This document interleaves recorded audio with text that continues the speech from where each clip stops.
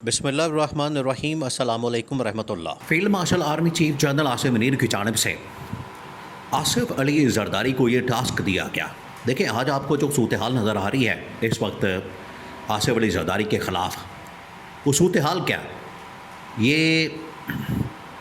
अचानक से मामला नहीं हुआ कि रातों रात आसिफ अली जरदारी के ख़िलाफ़ ये मामला खड़ा हो गया 28वीं तरमीम का, इसको हटाने का, ईमान सदर से निकालने का।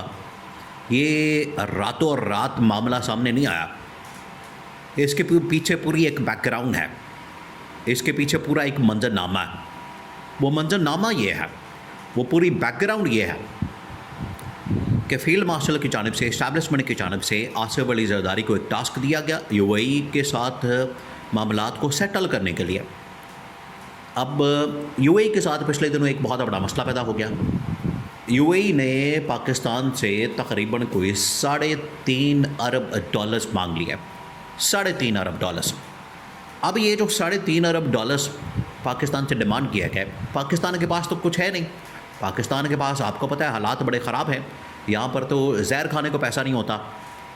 यूएई ने जब, और ये पैसे पाकिस्तान ने आज से तकरीबन कोई 30 साल पहले लिया, 1996 के अंदर, 96 के अंदर, और आज देख लें 2026 है। इसका मतलब है कि ये बन गए 36 साल।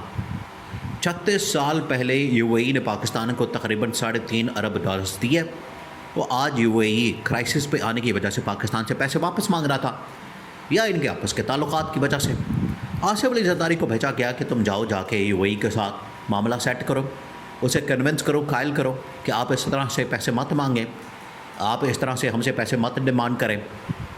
अगर आपकी जानिब से पैसे डिमांड किए जाएंगे, आपकी जानिब से पैसे मांगे जाएंगे, तो हमारा तो कबाड़ा निकल जाएगा, हमारा तो बेड़ा गर्क हो जाएगा।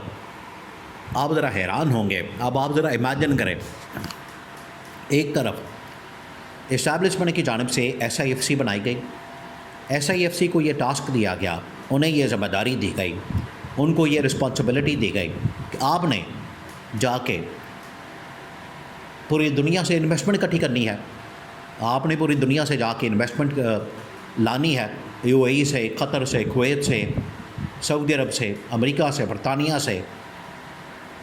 आज हालत ये हो गई कि यूएई इनसे अपने पैसे वापस मांग रहा है। वो $100 अरब, $50 अरब, $10 अरब लाने की बात तो दूर, उल्टा यूएई ने जो इनको $3.5 अरब दिए हुए थे, वो भी इन्होंने वापस मांग लिए। अब आसिफ अली जरदारी को यह टास्क दिया गया, उन्हें यह मिशन दिया गया, उनको ये ज़िम्मेदारी दी गई, उनको ये टास्क दिया गया कि आप जाएं और जाके इस हवाले से बात करें, इस हवाले से उन्हें कहें कि आप पैसे वापस मत मांगें, और यूएई से कहें कि आप हमें थोड़ा सा टाइम दे दें, यूएई थोड़ा डिले कर दें। लेकिन यूएई को आसिफ अली जरदारी कन्विंस करने में नाकाम रहा। एक बहुत बड़ा मिशन दिया गया, आसिफ अली जरदारी नाकाम हो गया। इसी तरह से अब दूसरा मिशन दिया गया, वो फेलियर चले, वक्ती तौर पर उसको इग्नोर कर दिया गया कि ठीक है, इसको इग्नोर कर दिया जाए, इसके अंदर मामला जो है बिल्कुल साइड पर रख दिया जाए। दूसरा टास्क दिया गया, दूसरा मिशन दिया गया, और वो ये मिशन दिया गया कि आप चाइना जाएँ, चाइना जाके अपने मामलात को दुरुस्त करें, अपने मामलात को सेटल करें, अपने मामलात को ठीक करें, और चाइना को पाकिस्तान में CPEC के प्रोजेक्ट के अंदर मज़ीद इन्वेस्टमेंट के लिए कायल करें। अब आसिफ अली जरदारी उधर भी चला गया। उधर क्या जाना था, उधर जाके तो उल्टा जलालत कमाई।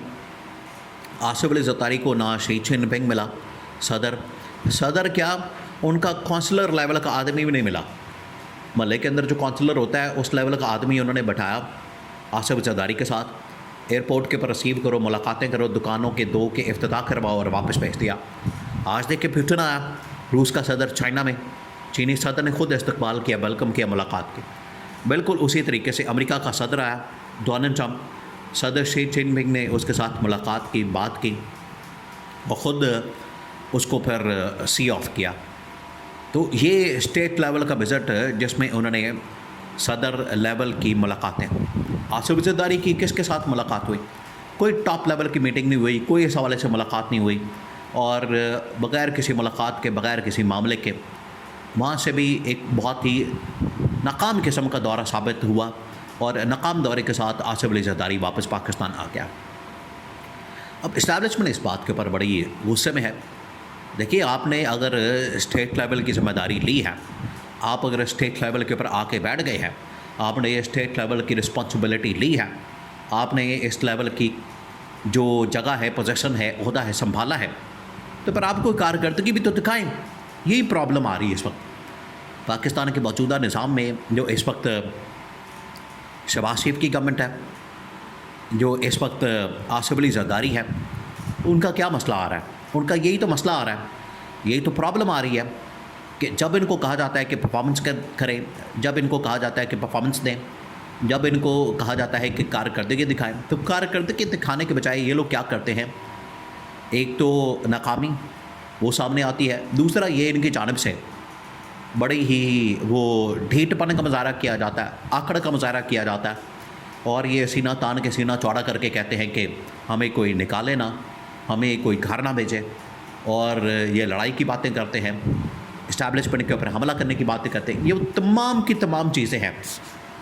इस्टेब्लिशमेंट को ये बड़े मसाइल हैं इन चीज़ों से, इन मामलात से। उन्होंने कहा है कि आपकी ऐसी की तैसी, आप यूएई को कन्विंस क्यों करना चाहा, या कन्विंस करने के लिए आसिफ अली जरदारी को क्यों भेजा कि आसिफ जरदारी की और इनके दोस्तों की जितनी इन्वेस्टमेंट है अरबों डॉलर्स की यूएई के अंदर मौजूद है, तो उस इन्वेस्टमेंट के लिए कम से कम जो इन्होंने पैसा इतना इन्वेस्ट किया है उसका कुछ भरम रखा जाए।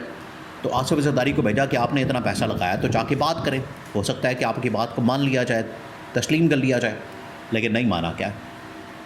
तो आसिफ जरदारी को ये पैगाम दिया गया कि जाओ यूएई जाके बैठो, जहाँ पर इतनी इन्वेस्टमेंट है, तुम्हारे फ्लैट्स हैं, वहाँ पर तुम्हारी प्रॉपर्टीज़ हैं, वहाँ पर तुमने अपने बच्चों की शादियाँ कर रखी हैं, अपने बच्चे वहाँ पर स्कूल, कॉलेज, इलाज, वहाँ पर जायदादें, कारोबार, बैंक बैलेंस, सब कुछ वहाँ है। पाकिस्तान में सिर्फ आप इक़्तिदार के लिए, पावर के लिए आते हैं, तो फिर आप जाएं, कारोबार बाहर है आपके, जायदादें बाहर हैं, इक़्तिदार आपने पाकिस्तान में हासिल करना है, हुकूमत आपने पाकिस्तान के अंदर करनी है। तो ये जो डबल स्टैंडर्ड है, ये नाकाबिल कबूल था। अब इसको निकालने का फ़ैसला किया गया, इनको घर भेज दिया गया, इनको छुट्टी करा दी गई, और इनको कहा गया कि आप जाएँ। ये अब मामला सामने आया, यहाँ पर चीज़ सामने आई है, जिसकी वजह से सूरत हाल बदल गई है, मामलात बिल्कुल चेंज हो गए हैं। तो अब इस्टेब्लिशमेंट को इस बात के ऊपर बड़ा गुस्सा है। इस्टेब्लिशमेंट इस मामले के ऊपर बड़ी आग बगोला है। उन्होंने बड़ा कैटेगोरिकली पैगाम भेज दिया इनको बता दिया है कि आप या तो 28वीं तरमीम, या फिर रिसाइन, या फिर फ़्लाइट पकड़ें, दुबई भाग जाएं, और अगर आपने यहाँ पर रहना है तो फिर आप केसेस का, करप्शन फाइलें जो तैयार हो चुकी हैं उनका सामना करने के लिए तैयार हो जाएं। गिरफ्तारियाँ और हथकड़ियाँ, ये तमाम पूरा प्लान तैयार कर लिया गया है।